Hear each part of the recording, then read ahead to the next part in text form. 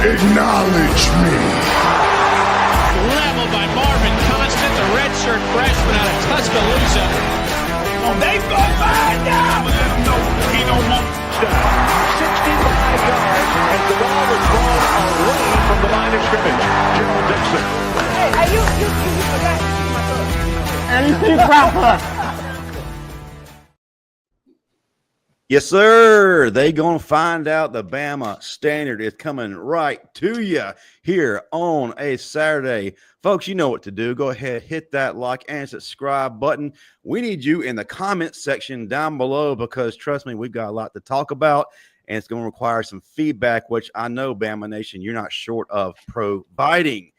And today, as always, these special videos you see are brought to you by none other than our famous sponsor, Title Towel. Listen, folks, the season never truly ends. As we know, spring training is underway. The A-Day game, in whatever way it's presented, is vastly approaching, but we got Bama Hoops doing their thing. The only way that you can cheer on the Tide, regardless of the venue, is by having your Title Towel. Go to whitwillsports.com today, enter the promo code STANDARD, and you get a nice discount courtesy of your favorite network, the Bama Standard Network. You know what we do? We go big at the Bama Standard. We have an all-star crew headlined by none other than the 1999 All-SEC linebacker himself, Marvin Constant. He's not the only all-star. We got a 2002 All-SEC. Two-time all-star, but two-time all-star. Really? Who asked you if it was 2 times or 1? Man, just take the compliment. Keep going. I apologize. And the most ungrateful All-SEC player on the panel and most controversial is the illustrious Smoke Dixon. Oh, yeah, what's happening, man? Yeah, listen, respect due, man. Stephen, I'm glad you're back, bro. Well, life happens. Not you, me here. Not you. Stephen, it's what we've had to do because of you having other engagements. We've had to fill the void, so to speak, by Marvin being Stephen M. Smith 2.0. But I appreciate the doppelganger. Appreciate you. Well, you're welcome. It's been my honor and my pleasure. Oh man. He's just happy to see you back, bro. I know. I'm happy to see Uncle Marv too. Yeah, and we are happy. He is a senior analyst of the Bama Standard Network. He's getting folks right at Pell City football. Stephen M. Smith, glad to have you in the studio again with us. Hey, I'm happy to be here, man. But let's get on to that man right there, Mr. Pettey. Man, the eye candy of the network, the host of the opening kick with Smoke Dixon, and probably one of the most well-spoken individuals, especially when it comes to Hugh Freeze. Pettey. Hey, man, I'm here. Glad to be on the ride with this show, man. Good gracious. Pettey, I got to welcome you to the show the right way. If you're going to flex, there can't be slack in your sleeves, okay? You got to be tight. You can't have slack in your sleeves if you're going to flex, okay? Your arm can't be here and your sleeve drifting down here, okay? All right, so I don't think I can be introduced to the show any better than Marvin let me know what I was doing wrong. So I know I've officially been welcomed to the show. Look, I have to keep smoking line on Mondays. I guess I'm here to try to help Justin keep y'all in line now. Good luck. Yes, I know. But that's a tall order, man. That's a tall order. Pettey, there is a caveat to the shirt supposedly not fitting. You didn't get the same sponsorship from Baby Gap that Marvin did. Yeah. So there's a great difference there between the two. But today we're here to talk about football. We'll get on that at a later date. Listen, a lot to talk about, like I said, and the thing we're going to lead off with today is spring training. Week 1 is in the books. We've gotten plenty of clips. We've heard plenty of feedback. We've gotten the press conferences. We've heard from Ryan Grubb week 1 as well. We're going to touch on that. But the only person who can really break things down the way we need to, because he's the feet on the ground and the eyes that see everything, not Marvin Constant, although we do appreciate his contributions, the illustrious Stephen M. Smith. Stephen, you've sent me videos throughout the week, giving me an idea of what's going on. You've highlighted some guys that are making strides. Keelon Russell doing his thing, bulked up. Lotzia Brooks, looks like we're probably going to have to find a spot for him in the rotation. Dude's an animal, but I'm not going to take away your thunder. I'm going to let you start it out. Talk to us about spring practice week 1. Well, week 1, as Smoke and Marvin would always say, it's a learning period. It's a learning period. You have to see what you have, depth-wise, rotation-wise. You're looking at the guys that you brought back, guys that have time on task. They know what to do and how to do it and the way to do it. And you're also looking at your coaching staff too, right? You bring over Ryan Grubb. He finally comes. Nick Saban tried to get him. It didn't work. Kalen DeBoer tried last year. Nah, pimping. It didn't work. Third time, he's officially now here, right? So you get him in here. You've got Chuck Morrell, who you took from an analyst. He's now on the field as an inside linebackers coach. So you look at your whole coaching staff. But first things first, what I like right now, it's a legit quarterback competition. I mean, it's a legit competition right now. You got Ty Simpson. You got Keelon Russell, who has put on weight. He's 192 pounds. He came in at 170. So we got with David Ballou. He got the protein, chicken, weights, and gunpowder in him. He's now at 192. And then you got Austin Mack in there as well. So it's a quarterback competition. Hold on. Time out. Week 1, you've seen the raw, true freshman. Yeah. You've seen Austin Mack and Ty Simpson. Honest assessment. Which one is the better QB right now? The honest assessment right now, he got a ball on him. Russell got a ball on him. The honest assessment right now. Is he the better quarterback? Because when I say better, I'm talking about command of the offense. You know your playbook, the checks, the audibles. You can get through your reads. Okay. You run the offense. Well, who runs the offense? That's Simpson. Who runs it? That's Simpson. But who has the best ceiling of all three that can really do this? It's Keelon. Keelon's got the best ceiling. Right now, it's Ty Simpson. But the best ceiling, when you walk out there, you go, dog, who is that? That's 12. That's the freshman. Yeah, and Marvin, I mean, you're asking a tough question after week 1 because you and I both know week 1, everyone has fresh legs. Right. For young freshman coming in, and I mean, he was an early enrollee, so he's done the quarterback school, he's done all the walkthroughs, he's done everything that an analyst or a coach that's not supposed to be on the field with him has helped him get through. But if it's close right now, that's not good for Bama Nation. Well, Smoke, the only reason I asked that is to establish a baseline from week 1 to the end of spring to see who made the most growth. That's why I asked. I'm not saying who's going to go out there and start in September. Hell no. I just want a baseline to say, hey, who has improved the most? Who is taking advantage of this opportunity to separate themselves from the rest, from week 1 to the end product? Well, can you take anything from then Grubb's quotes about the quarterbacks where he said Ty made the biggest jump from day 1 to day 2? He said, I mean, you can look good for Pettey, you can, but at the same time, it's the team around you too. Because the coach can say one thing, and yes, you like what the coach is saying, but them dogs around you, they got to feel that also. As Marvin knows, you got that main dog that when he looked back, the whole pack is you with me, right? Like you behind me, right? So the people around you have to feel that because the coach is not throwing the football, the coach ain't making tackles, but your brothers around you, that's who doing it. And Marvin, the beauty behind the quarterback position is just not like any other position. Because you have all 21 other starters looking at you, plus the rest of your teammates. They have to have full trust in you that you are the true leader. And talent alone doesn't separate you say, okay, you're the best quarterback. It's talent with the ability to lead everybody else around you and have a full understanding of the ecosystem of your football team and what your coach actually wants.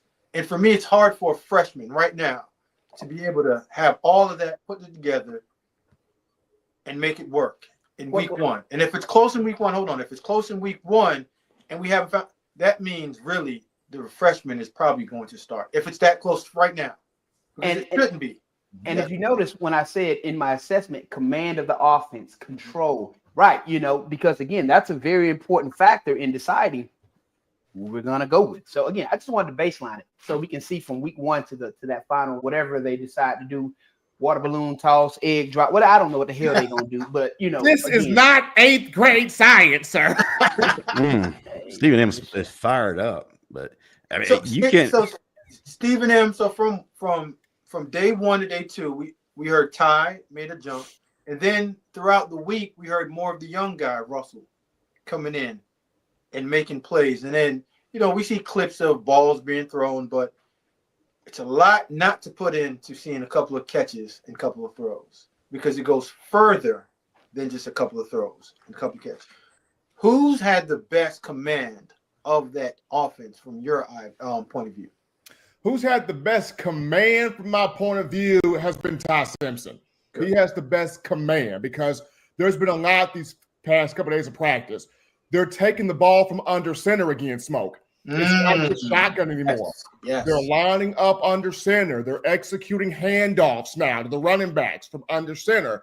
That center quarterback exchange is right there. Then Grubb has got these guys checking and audibling at the line of scrimmage. So making your pre-snap and your post-snap checks, making audibles, changing the call, changing the protection scheme from the front to the end of the play. So Grubb has coming in here doing a lot of different concepts, and Ty has picked this up quickly since he's been in the system longer. That mental clock has gotten much sharper with Ty. Not saying that Keelon Russell – go ahead, Marvin. Let the man finish, Marvin. I want to add something to it when he finishes his point, though. When you were saying Simpson's clock and he's been there longer, I need you to add something to this statement. Right. Austin Mack was with him at Washington. So add him to this equation and what that looks like. Go. So with Austin Mack, he's known Grubb the longest. He's worked in this offense. So Mack has a leg up on some of the concepts. However, keep in mind, Ty has been around these players longer than Mack has. So you look at that as well. Can I jump in real quick? Hey, Marvin, for your answer, Austin Mack ain't good enough with those two guys to be in the same conversation. If he's your starter this year, put that win-loss down to about 4 more. So keep going. I know what the talent is like with those 3 guys. But right now, who's got the best as far as command of this offense, knowing what is going on and how to execute it? It's Ty Simpson right now. And Stephen M. saying that under center, having the ability to check and get out of plays, most likely they're going to put a lot on protection as well, too. That's tough on a freshman to be able to take all that in and execute the right play. Yeah. Because before the ball is even snapped, I mean, he might be mentally fatigued. But again, what I've heard from this kid's camp is he's not truly just a freshman.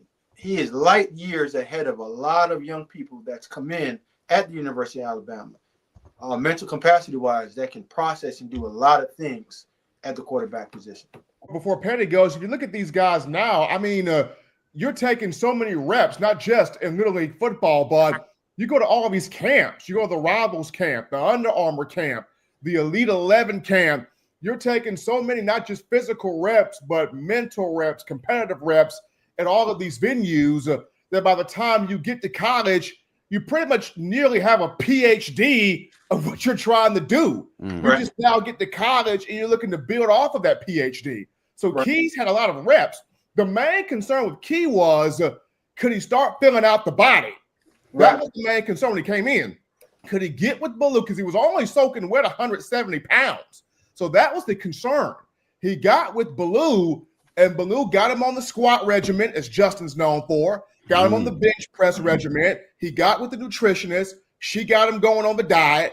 He's put on 20 pounds. So now he looks like, okay, I'm filling out here. He doesn't have the Marvin Constant guns yet. Getting there. He don't need it because you can't. Have anybody ever seen Marvin throw a football? Look at that. You can't do it, so you don't need that. But right now, he has put on 20 pounds. So he has shown that, okay, he's filling out the body. He's starting to look like he belongs in this conference body-wise.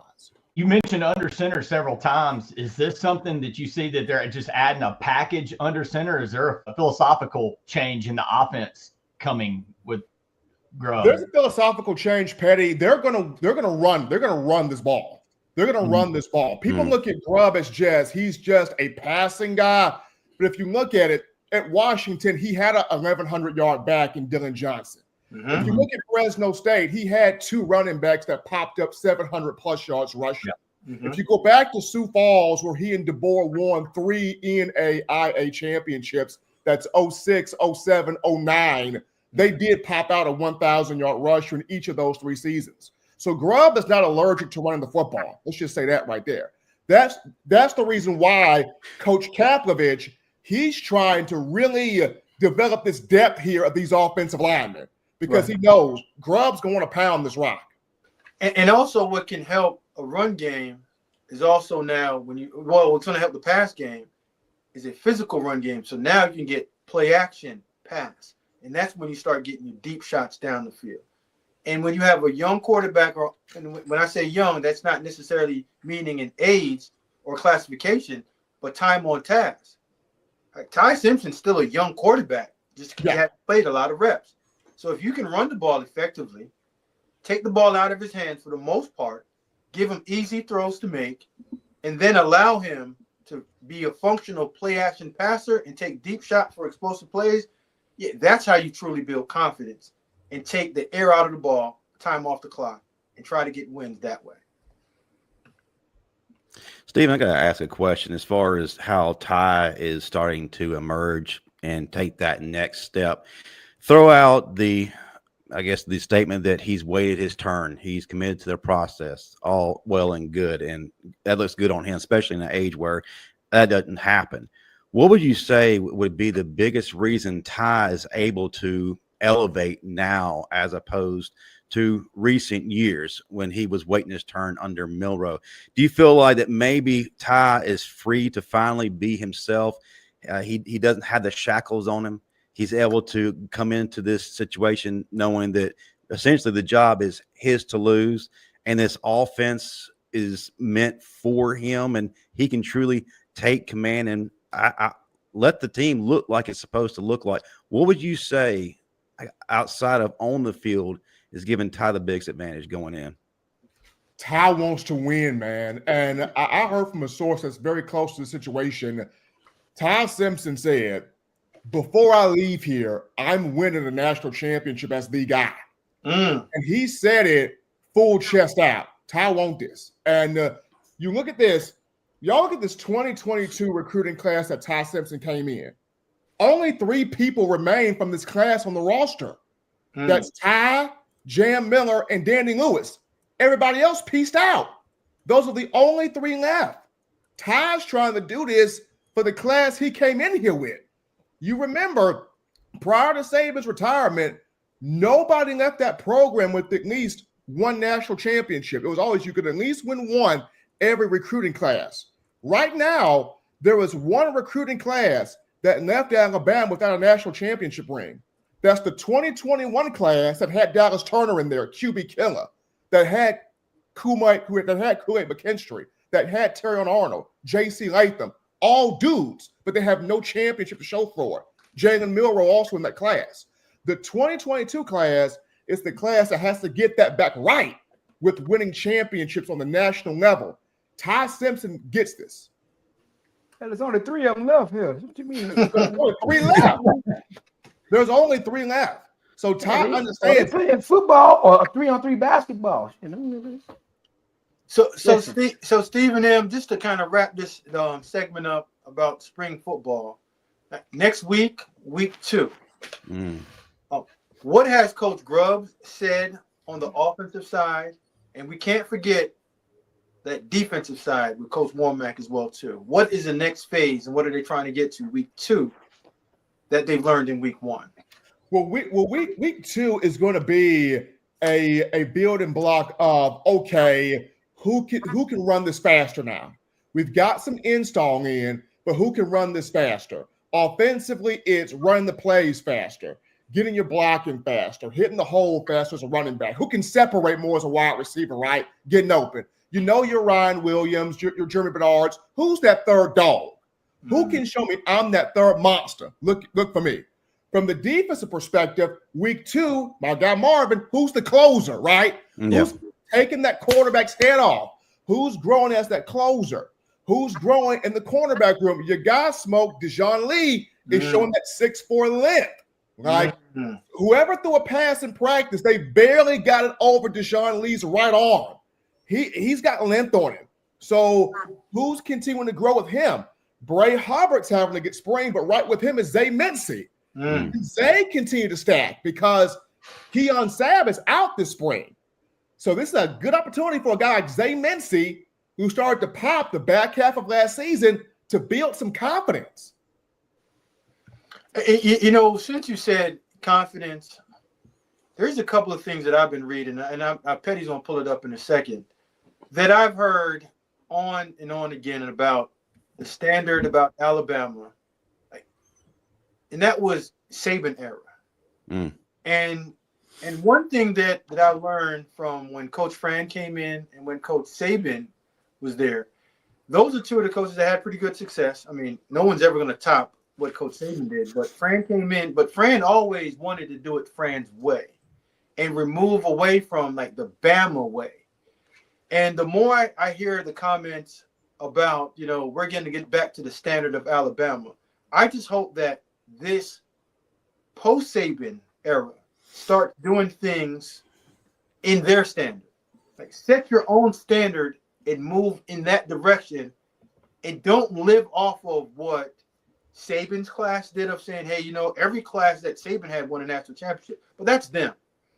Like, this is your first class that you recruited. So start moving in the direction of saying, well, we need to get our first SEC championship with this first class that we recruited, and moving forward, we'd like to get a national championship or get in the college football playoffs first and get that done. I feel like the big thing with that, Smoke, is this coaching staff and these players, they understand we have to have that hunger to want to do that, right? You look at it, the last time Alabama won a national championship was 5 years ago. So right now, if you look at Alabama football, people are looking at right now, Ohio State just won. Michigan's won. You got Georgia, Texas with Arch Manning. There's a few teams people are going to name before they name Alabama. So right now for Bama, it's the fact of, let's get back to that hunger of, we know who we are, but we're going to make sure you know who we are as well. That's that hunger factor. And I feel like with Coach DeBoer, he is resetting this back to that hunger factor. Setting that standard, yes, setting his own standard, but starting off with having that hunger. Marv, you remember when you had that real beautiful girlfriend your freshman year? Yeah, and then you got to your senior year and she fired you and you kept on talking about her. Did your new girlfriend ever want to hear about your old girlfriend? Hell no. No. And it's like that feeling that I keep like hearing over and over again. It's like a mixture of two cultures that's trying to merge. And at some point, you have to separate it. Like, Courtney Morgan's going to do an awesome job of getting in what Coach DeBoer wants.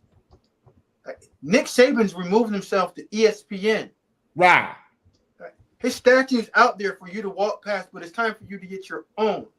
So you have to create your own standard. And I was always big on cleaning out an entire building or cleaning out the entire staff, just so you can start your own. And if you lose your way. And when you win your way. Because if you're trying to do something that somebody else did, you don't have the secret recipe or the secret sauce to do that. But before I get to the defensive part of this, Smoke, I want to end your statement off of this right here. A lot of this is not the coaches and players.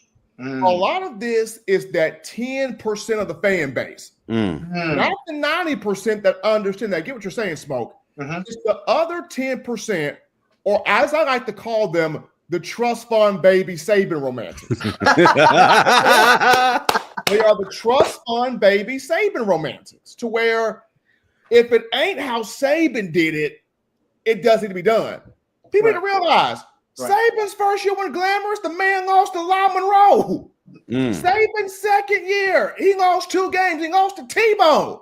Saban didn't get on going until year 3, people.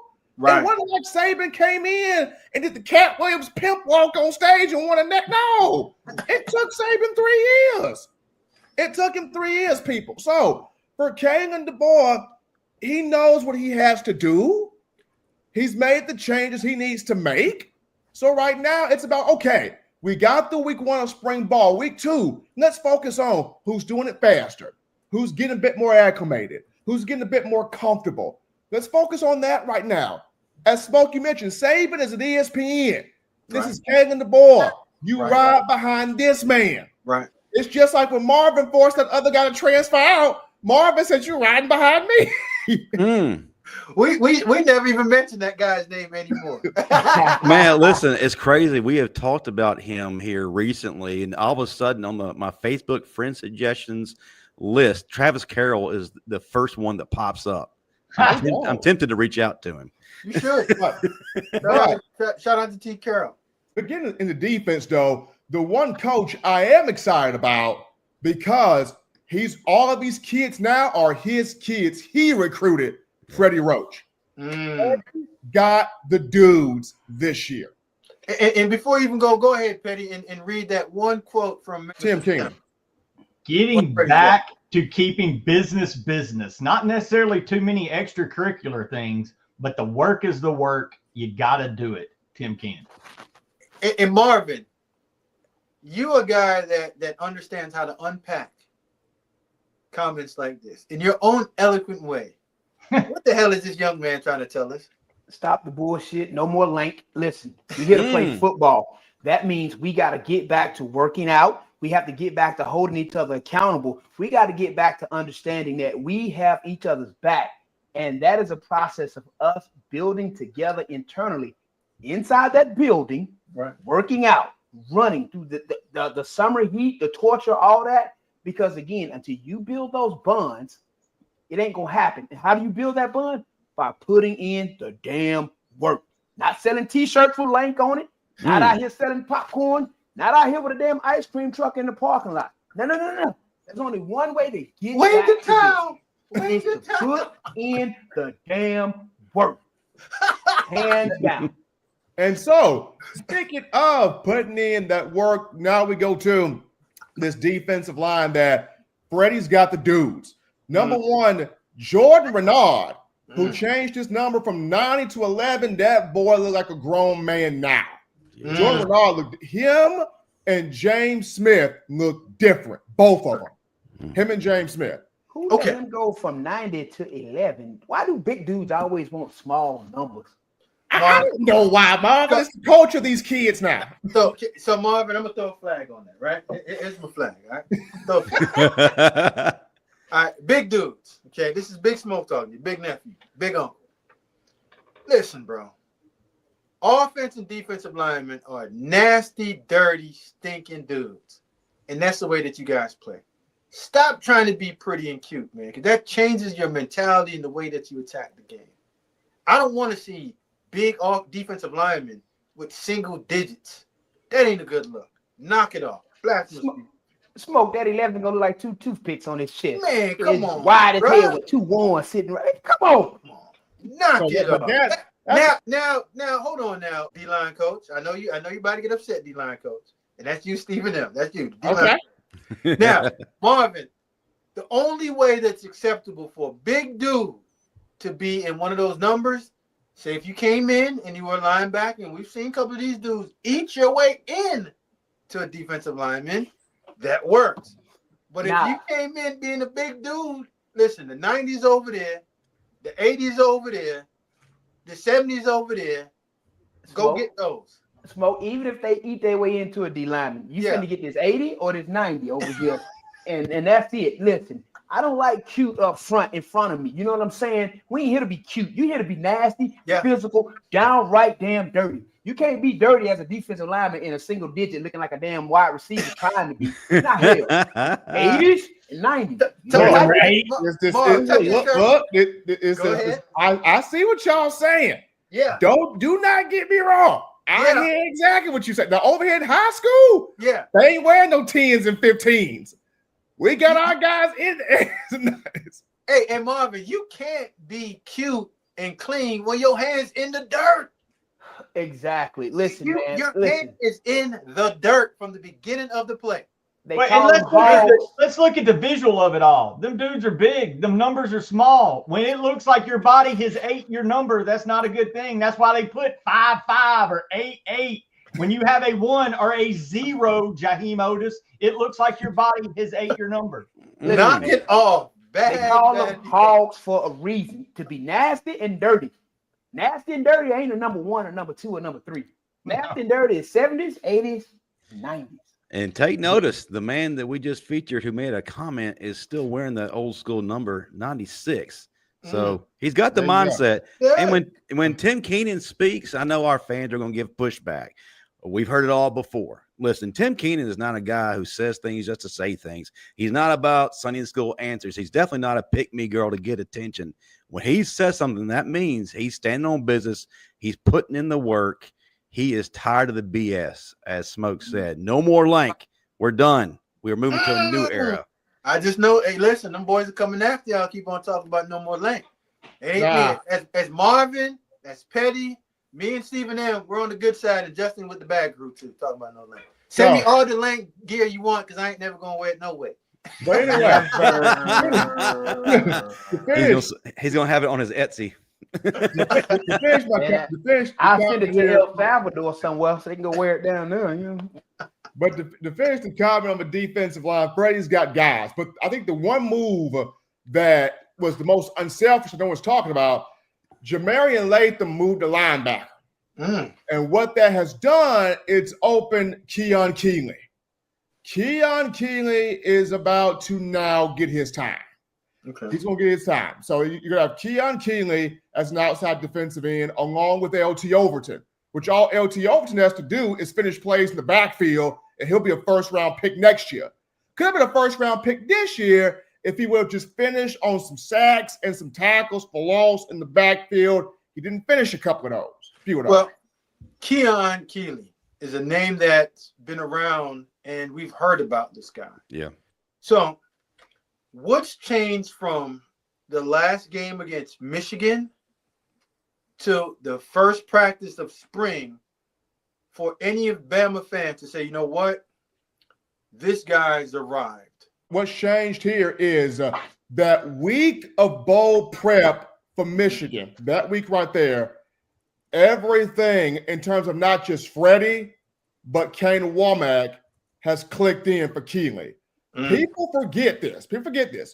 When Keeley was brought in, he was brought in to be a stand-up outside linebacker. Not a wolf, a bandit, or a hamster, or no.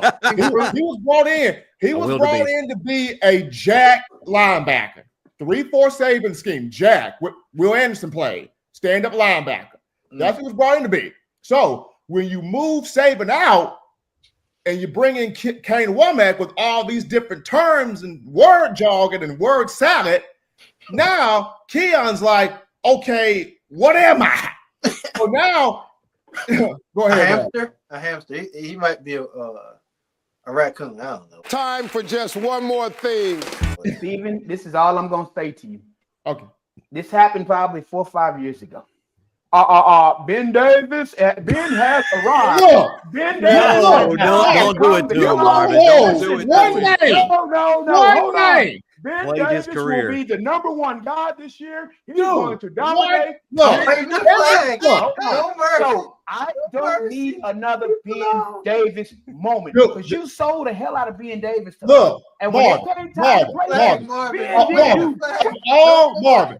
Of all the 50 million names I hit on correctly, you picked the one that was like Kenny Smith doing his own thing, Ben Davis. Well, we're talking about linebackers and D-line and all this other stuff. So, Ben Davis applies in this situation. So, I'm just saying, he was the one apple out the bunch that couldn't get it right. Sometimes Marvin, I'm gonna throw a flag on you because we gonna. you upsold the hell out of me to us, though, Steve. Marvin, personal foul, bro. Unsportsmanlike conduct. Smoke, no. Stephen had us thinking that this man's gonna be an Outland Trophy candidate or a Buckers candidate. That man was a jackass candidate. I'm going to eject you. He looked like Tarzan, Marvin. I'm going to eject you, Marvin. Targeting. You're not going to get the man. The man that sat there. The man that sat there and spearheaded me because of one dude. One dude. Like, look. look now, we all in life have that one friend that we don't claim. He there, but we half the time don't claim him because it's like, well, he want to act right, but he can't quite get it there. That was Ben Davis. He just couldn't quite get it there. Stephen, I listen. I got you, bro.